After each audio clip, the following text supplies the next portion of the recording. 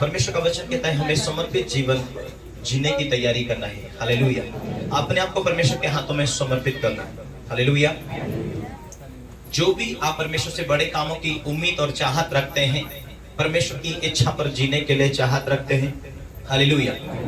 जब हम देखते हैं कि डॉक्टरों के पास हम जाते हैं तो डॉक्टर दवा गोली देता है, जब उसकी सलाह देते हैं, सलाह में हमें तुरंत चंगाई मिलती है? नहीं, उसके सलाह देने से काम नहीं होते हैं। वो उसका ट्रीटमेंट शुरू करता है, उसका इलाज शुरू करता है जब शरीर में, जीवनों के शरीर के अंदर दवा गोलियां जाना शुरू होती है, वो काम करना शुरू करता है। हालेलुया। इसीलिए बाइबल ये कहती है कि मेरा धर्मी जन भी विश्वास से जीवित रहेगा। जब हम परमेश्वर का संदेश सुनते हैं, विश्वास करते हैं, आशा लगाते हैं, उस प्रकार से परमेश्वर के वचन को सुनकर क्या करते हैं, हम परमेश्वर का नाम लेते हैं। हालेलुया। यीशु नाम इतना महान है, यीशु नाम इतना सामर्थी है, वो विश्वास से काम करता है। और जब हम विश्वास से कार्य करना शुरू करते हैं, जब भी यीशु मसीह के पीछे दुनिया में, यीशु मसीह 2022 साल चालू है, जब यीशु मसीह दुनिया में मनुष्य बनकर आया, 33.5 साल तो वो दुनिया में जीवन व्यतीत किया और यीशु मसीह के पीछे हजारों लोग चलते थे। उसने बड़े बड़े काम किया, लेकिन लोग विश्वास करके गए कि परमेश्वर काम करता है। परमेश्वर के ऊपर आशा किया लोगों ने कि प्रभु मेरे जीवन में भी काम करेगा। बहुत सारे लोगों को प्रभु ने छुआ और कुछ लोग वहां खाली भी रहे। कारण यह था कि परमेश्वर के ऊपर सुन के विश्वास को लागू किया। हमें आत्मिक दुनिया के अंदर विश्वास से जीना होता है, विश्वास से बोलना होता है, विश्वास से चलना होता है, विश्वास से कार्य करना होता है। हालेलुया।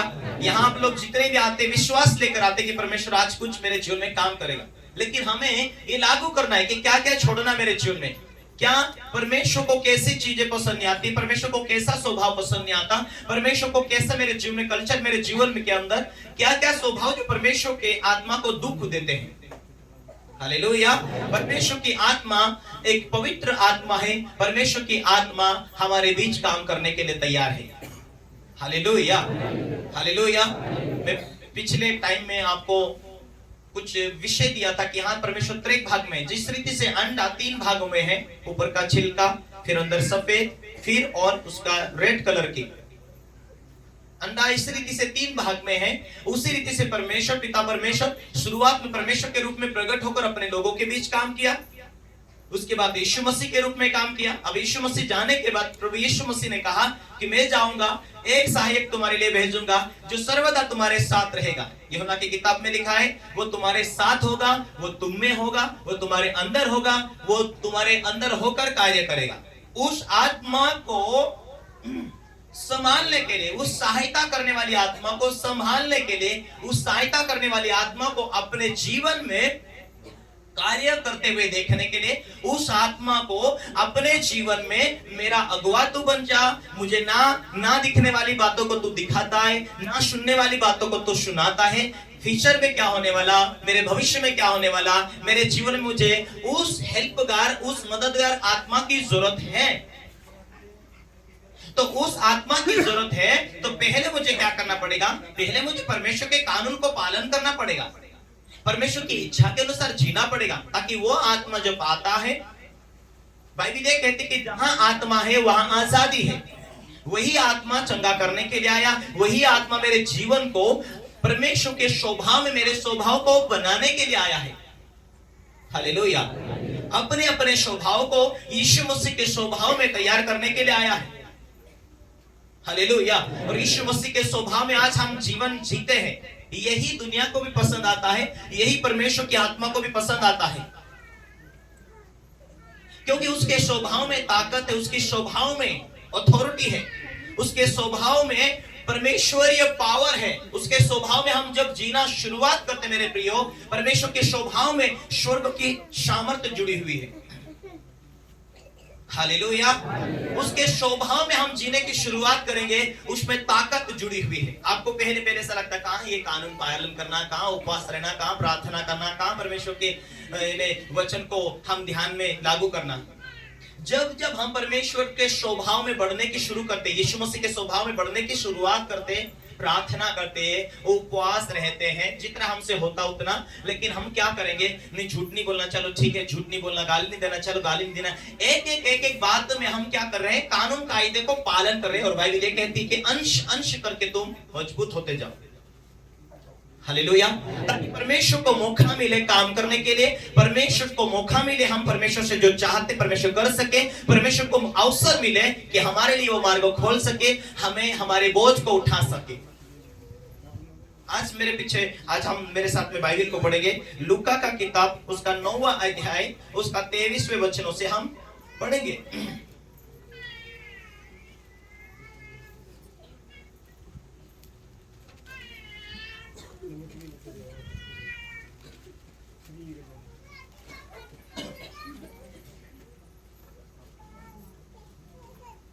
Page number 99। हाँ, उसने सबसे कहा यदि कोई मेरे पीछे आना चाहे तो अपने आप से इनकार करे। मेरे पीछे आना चाहे तो प्रभु ने कहा मेरे पीछे कोई आना चाहता है तो अपने आप से इनकार करे, अपने आप से इनकार करे। हालेलुया। अपने आप से इनकार करे, मैं प्रभु के पीछे जाना चाहता हूं। जो चीजें मेरे जीवन में परमेश्वर को ना भाई, ऐसे चीजों को मेरे जीवन से मैं निकाल दूं, ताकि मैं परमेश्वर तेरे हाथ में एक पात्र के समान काम आऊं। हालेलुया।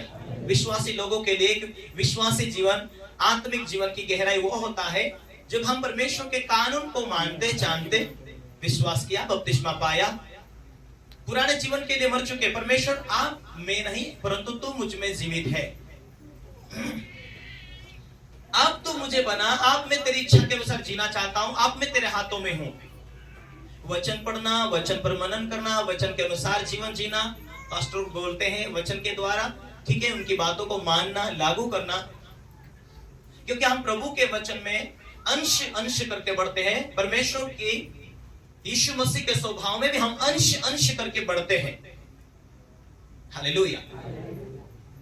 जहां परमेश्वर कहता है जो चीज आज छूट गई, उस चीजों के ऊपर हमने विजय पा लिया। मान लो हमने गाली छोड़ दिया, गाली के ऊपर विजय पा लिया, एक क्षेत्र पार हुआ।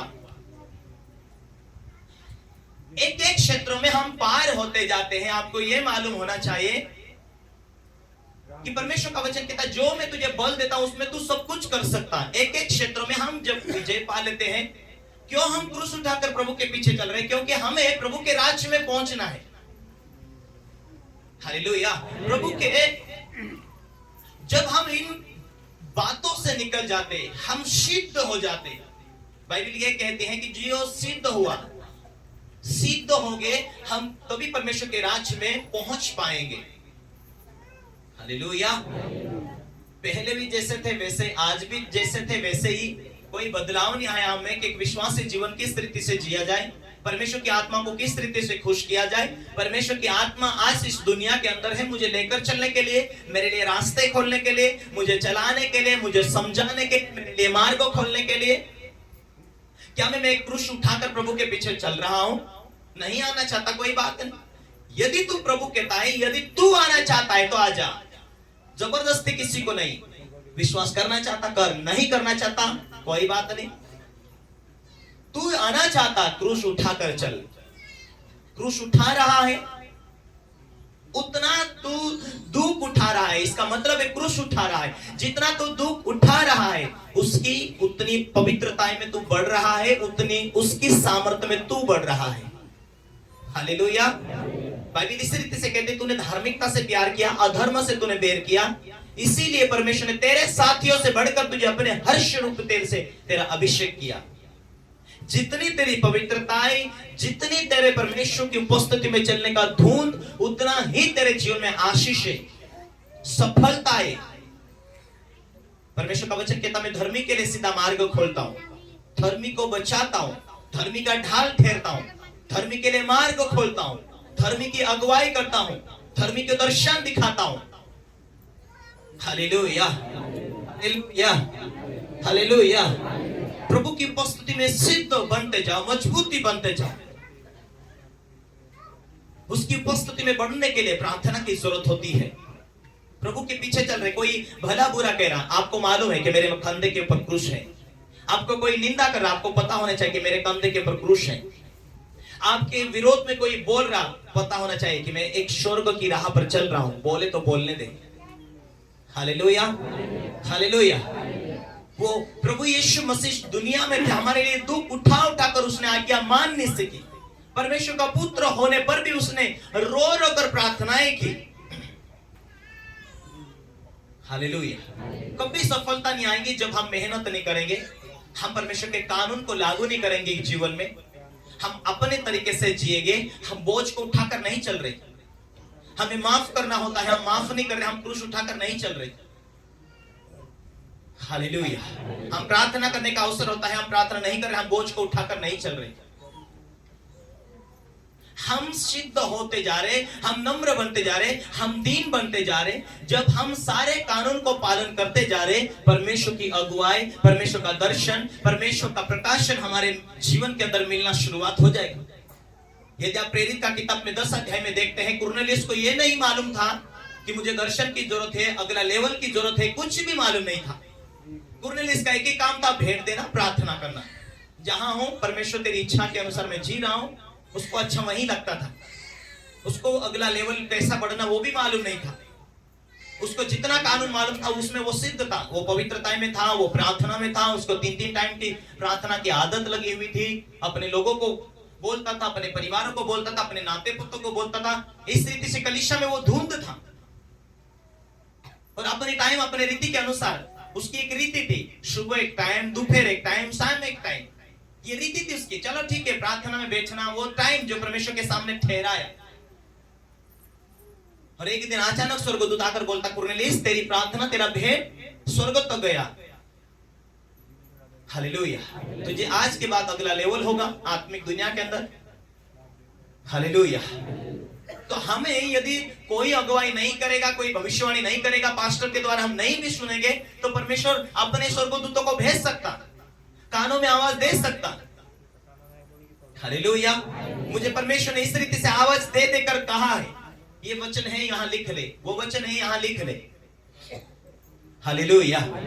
इसी रीति से हम आज पवित्रता की ओर दौड़ो, वो व्यर्थ नहीं। मसीह में किया गया मेहनत कोई भी व्यर्थ नहीं।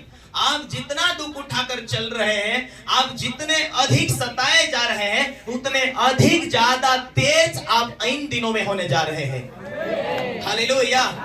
जितना आज आप उपवास के द्वारा या प्रार्थना के द्वारा आगे बढ़ रहे हैं, उतना तेज आप होने जा रहे हैं। जितना आप प्रभु यीशु मसीह के नाम के खातिर आपकी आलोचना हो रही, आपकी निंदा हो रही, आपको क्रूस आपके कंधे के ऊपर, वही क्रूस आपके जीवन में इतना सारे दर्द को उठाएगा। परमेश्वर का वचन कहता, मैं तेरे सारे बोझ को उठा लूंगा, सारे दर्द को उठा लूंगा, सारे कर्ज को उठा लूंगा, सारी मुसीबत को उठा लूंगा।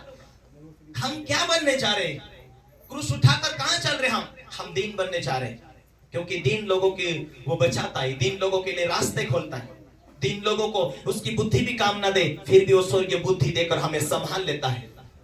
Hallelujah, hallelujah, hallelujah. बाइबल कहती है आगे, यदि हम पढ़ते, उसने सबसे कहा, यदि कोई मेरे पीछे आना चाहता तो अपने आप को इनकार करे और प्रतिदिन अपना क्रूस उठाए हुए मेरे पीछे हो ले। क्योंकि जो कोई अपना प्राण बचाना चाहे वो उसे खोएगा, परंतु जो कोई मेरे लिए अपना प्राण खोएगा वो उसे बचाएगा। यदि मनुष्य सारे जगत को प्राण प्राप्त करे और अपना प्राण खो दे तो उसे क्या मिले? यदि मनुष्य सारे जगत को प्राप्त करे और अपना प्राण खो दे तो उससे उसकी हानि उठाए तो उसे क्या लाभ होगा?